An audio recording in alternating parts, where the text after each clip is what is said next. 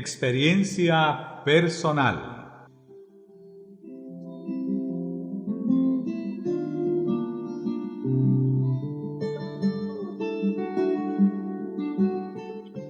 El 20 de septiembre de 1860 nació mi cuarto hijo, John Herbert White.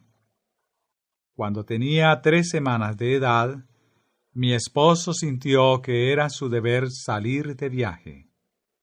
En la asociación se decidió que el hermano Lodbrok debía viajar al oeste y mi esposo al este del país. Pocos días antes de su partida, mi esposo se sentía muy deprimido. En un momento pensó que debía desistir del viaje. Sin embargo, temía tomar esa decisión. Sentía que había algo que debía hacer, pero se veía envuelto en nubes de tinieblas. No podía descansar ni dormir. Tenía la mente continuamente agitada. Relató su aflicción mental a los hermanos Lodbrok y Cornell, con quienes se postró delante del Señor para buscar su consejo. Después de eso desaparecieron las nubes y brilló la luz. Mi esposo comprendió que el Espíritu del Señor lo estaba dirigiendo a él hacia el oeste y al hermano Lodbrok hacia el este. Después de esto, vieron claramente cuál era su deber y actuaron en conformidad con eso. Durante la ausencia de mi esposo, orábamos para que el Señor lo sustentara y fortaleciera, y recibimos la seguridad de que Él lo acompañaría. Cerca de una semana antes de visitar Mauston, Wisconsin, recibió cartas de la hermana G., enviadas con el propósito de que fueran publicadas, en las cuales relataba algunas visiones que ella decía que el Señor le había dado. Al leerlas, nos sentimos preocupados, porque sabíamos que no procedían de la fuente que ella pretendía. Y como mi esposo no sabía nada de lo que encontraría en Mauston, temíamos que no estuviera preparado para soportar el fanatismo que encontraría y que éste tuviera una influencia desanimadora en su mente. En nuestra experiencia anterior, habíamos pasado por tantas situaciones semejantes y habíamos sufrido tanto a causa de personas indisciplinadas e ingobernables, que temíamos entrar en contacto con ellas. Envié un pedido a la iglesia de Battle Creek para que orara por mi esposo, y en el altar de la familia orábamos fervientemente para que el Señor lo ayudara. Con espíritu contrito y muchas lágrimas, procuramos afirmar nuestra fe temblorosa en las promesas de Dios, y tuvimos la evidencia de que Él escuchó nuestras oraciones y que ayudaría a mi esposo y le impartiría consejo y sabiduría.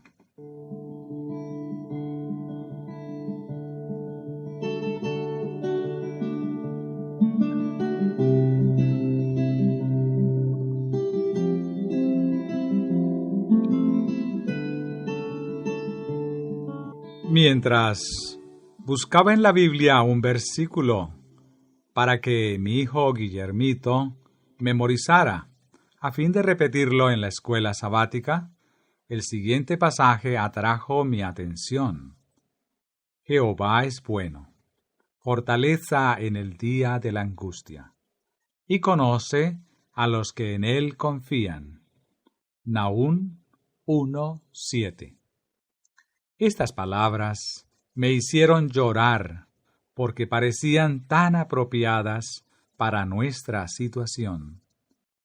Sentía una gran preocupación por mi esposo y por la iglesia de Wisconsin. Mi esposo comprendió que había recibido la bendición de Dios mientras se encontraba en Wisconsin. El Señor fue una fortaleza para él en el tiempo de angustia y lo sostuvo mediante su espíritu, mientras él daba un testimonio definido contra el fanatismo desatado que reinaba en ese lugar. Mientras mi esposo se encontraba en Medford, Wisconsin, me escribió una carta en la que me decía: «Temo que no todo esté bien en casa. He tenido algunas impresiones acerca del bebé». Mientras oraba por la familia en el hogar, tuvo un presentimiento de que el bebé se encontraba enfermo. Le pareció verlo con la cara y la cabeza muy hinchadas. Cuando recibí la carta, la criatura estaba bien como de costumbre, pero a la mañana siguiente cayó enfermo. Se trataba de un caso de erisipela de gravedad extrema que le había afectado la cara y la cabeza.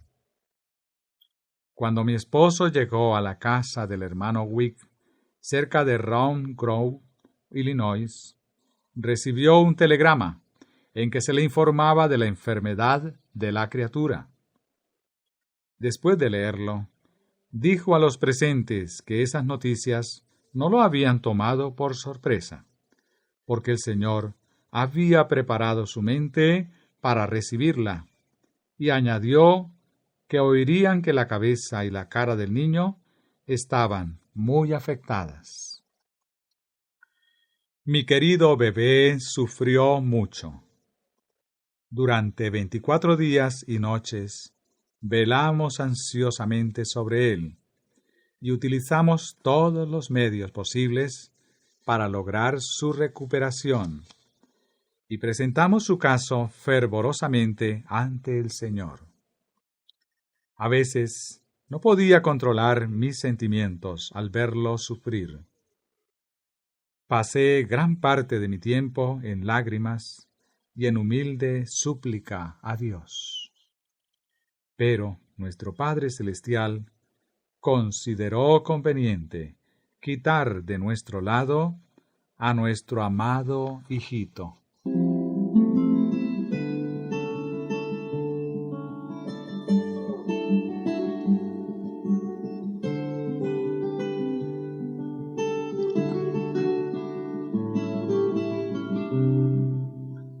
El niño empeoró el 14 de diciembre y me llamaron a su lado.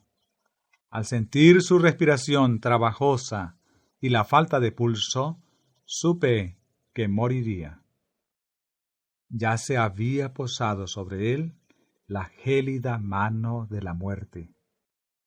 Ese fue un momento de angustia para mí. Seguí su respiración débil y entrecortada hasta que cesó, y entonces experimenté agradecimiento porque había concluido su sufrimiento. No pude llorar mientras mi hijo agonizaba. Me dolía el corazón como si me fuera a quebrantar, pero no pude derramar una lágrima siquiera. En el funeral me desmayé. Nos sentimos frustrados porque el hermano Lodbrok no pudo dirigir los servicios fúnebres, y mi esposo habló en esa ocasión a una congregación que llenaba completamente la iglesia. Después de eso, acompañamos a nuestro hijo al cementerio de Oak Hill, donde lo dejamos hasta que el dador de la vida venga para quebrantar las cadenas de la tumba y llamarlo a la vida inmortal. Al regresar del funeral, encontré un gran vacío en mi hogar. Me sentí reconciliada con la voluntad de Dios. Pero a pesar de eso, me invadieron la tristeza y el abatimiento. No pude sobreponerme a los desánimos del verano pasado. Al considerar la condición del pueblo de Dios, no sabíamos qué podíamos esperar. Satanás había obtenido control de las mentes de algunas personas que estaban estrechamente relacionadas con nosotros en la obra, y aun de algunos que habían estado familiarizados con nuestra misión y habían visto los frutos en nuestras labores, y que no sólo habían sido testigos de la frecuente manifestación del poder de Dios, sino también habían experimentado su influencia sobre sus propios cuerpos. ¿Qué podíamos esperar del futuro? Mientras mi hijo vivía, pensé que comprendía cuál era mi deber. Estreché a mi querido bebé contra mi corazón y me alegré de que por lo menos durante un invierno quedaría libre de grandes responsabilidades, porque no era posible que fuera mi deber viajar en invierno con mi criatura. Pero cuando me fue quitado, nuevamente quedé sumida en gran perplejidad. La condición de la obra y del pueblo de Dios casi nos abrumó. Nuestra felicidad depende siempre de la condición de la obra de Dios. Cuando su pueblo se encuentra en prosperidad, nos sentimos libres.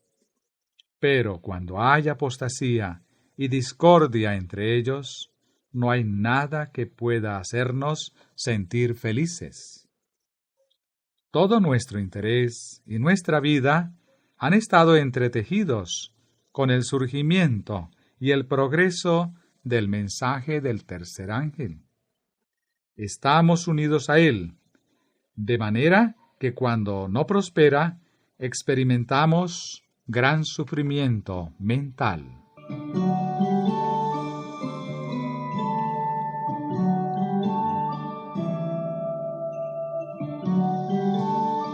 Por este tiempo, mi esposo, al repasar el pasado, comenzó a perder confianza en casi todos. Muchas personas con quienes había tratado de establecer amistad se habían convertido en enemigos, y algunos a quienes había ayudado mucho mediante su influencia y también con los escasos recursos que poseía, trataban continuamente de perjudicarlo y de echar cargas sobre él. Un sábado de mañana, mientras se dirigía a nuestro lugar de culto, fue sobrecogido por un sentimiento de injusticia tan abrumador que se apartó hacia un lado y lloró en voz alta, mientras la congregación lo esperaba. Desde el comienzo de nuestro trabajo, hemos sido llamados a dar un testimonio claro y definido, a fin de censurar lo malo sin exceptuar nada. Y en todo tiempo ha habido quienes se han opuesto a nuestro testimonio, y después han dicho de nosotros cosas halagadoras, recubiertas con un suave enlucido de mortero, con lo cual han destruido la influencia de nuestras labores. El Señor nos ha ordenado presentar reproches, pero hay personas que se han interpuesto entre nosotros y el pueblo para dejar sin efecto nuestro testimonio. Hemos recibido muchas visiones en las que se nos ha indicado que no debíamos dejar de declarar el consejo de Dios, sino que debíamos ocupar una posición desde la cual pudiéramos conmover al pueblo de Dios porque éste se encuentra dormido en sus pecados. Pero pocas personas han simpatizado con nosotros, mientras muchas han simpatizado con el error y con los que han sido reprobados. Estas cosas nos han abrumado, y hemos sentido que no teníamos ningún testimonio que dar en la iglesia. No sabíamos en quién confiar. Cuando todas estas cosas se amontonaron sobre nosotros, perdimos la esperanza. Nos retiramos a descansar cerca de la medianoche, pero yo no pude dormir. Un severo dolor me afligía el corazón. No pude encontrar alivio, de modo que me desmayé varias veces. Mi esposo mandó a buscar a los hermanos Amadón, Kellogg y C. Smith. Sus fervientes oraciones fueron escuchadas. Experimenté alivio y fui tomada en visión. Se me mostró que tenemos una obra que llevar a cabo, que debemos dar nuestro testimonio en forma directa y al punto. Se me presentaron algunas personas que habían descartado el testimonio definido. Vi la influencia de sus enseñanzas sobre el pueblo de Dios. Se me presentó la condición del pueblo de Dios en X. Poseen la teoría de la verdad, pero no han sido santificados por ella. Vi que cuando los mensajeros entran en un nuevo lugar, su trabajo se perderá completamente, a menos que presenten un testimonio claro y definido. Debieran mantener la distinción entre la Iglesia de Cristo y los profesantes formalistas y sin vida. Hubo una falla en ese sentido en X. El pastor N.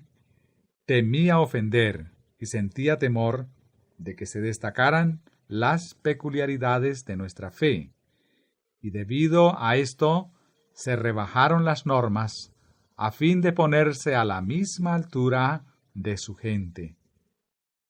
En vez de eso, debiera haberse destacado claramente que poseemos verdades de importancia vital y que los intereses eternos de la gente dependían de la decisión que efectuaran, que a fin de ser santificados mediante la verdad tendrían que abandonar sus ídolos, confesar sus pecados y producir frutos dignos de arrepentimiento.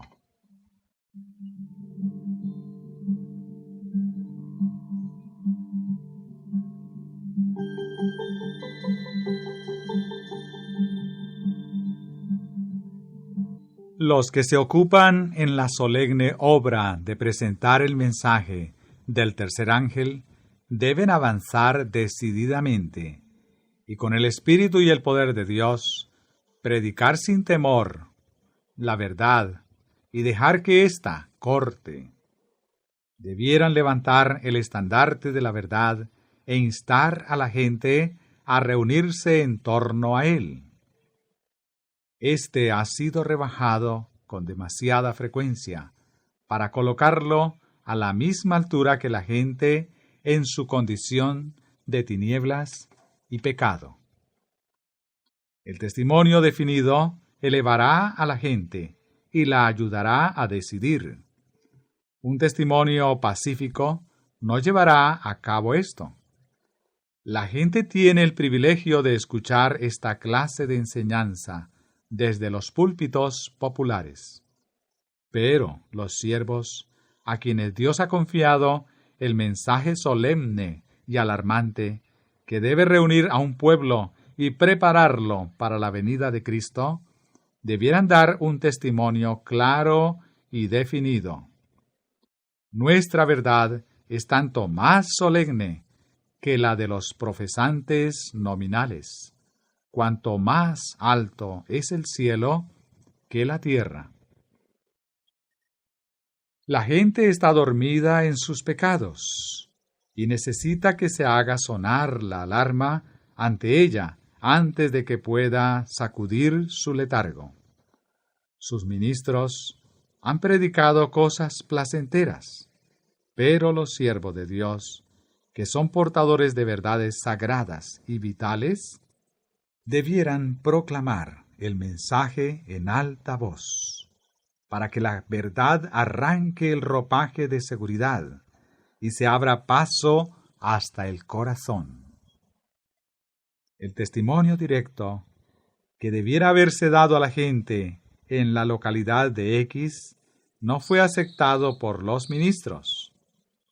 La semilla de la verdad se sembró entre espinas y fue ahogada por ellas.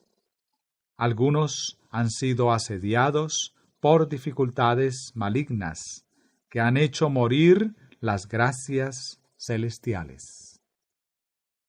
Los siervos de Dios deben dar un testimonio definido que traspasará el corazón natural y desarrollará el carácter. Los hermanos N y O actuaron con mucha reserva mientras se encontraban en la localidad de X. Una predicación como la que se hizo en ese lugar nunca hará la obra que Dios se propone que se lleve a cabo. Ya basta con la actitud servil de los ministros nominales y con el atenuamiento de las verdades definidas que reprochan el pecado.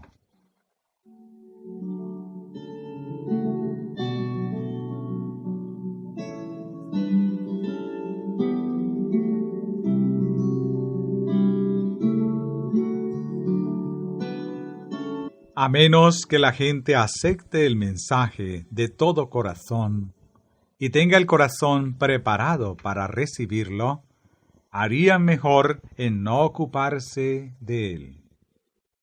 Se me mostró que la iglesia de X tiene que desarrollar una experiencia cristiana, pero será para ellos más difícil obtenerla ahora que si se les hubiera dado el testimonio definido al comienzo, cuando acababan de descubrir que se encontraban en error. Entonces, habría sido más fácil arrancar las espinas. Sin embargo, vi que había hombres de valor moral en X, algunos de los cuales todavía serán probados mediante la verdad presente. Si la iglesia se levantara y se convirtiera, el Señor regresaría a ellos y les daría el Espíritu Santo. Entonces, podrían ejercer influencia definida en favor de la verdad.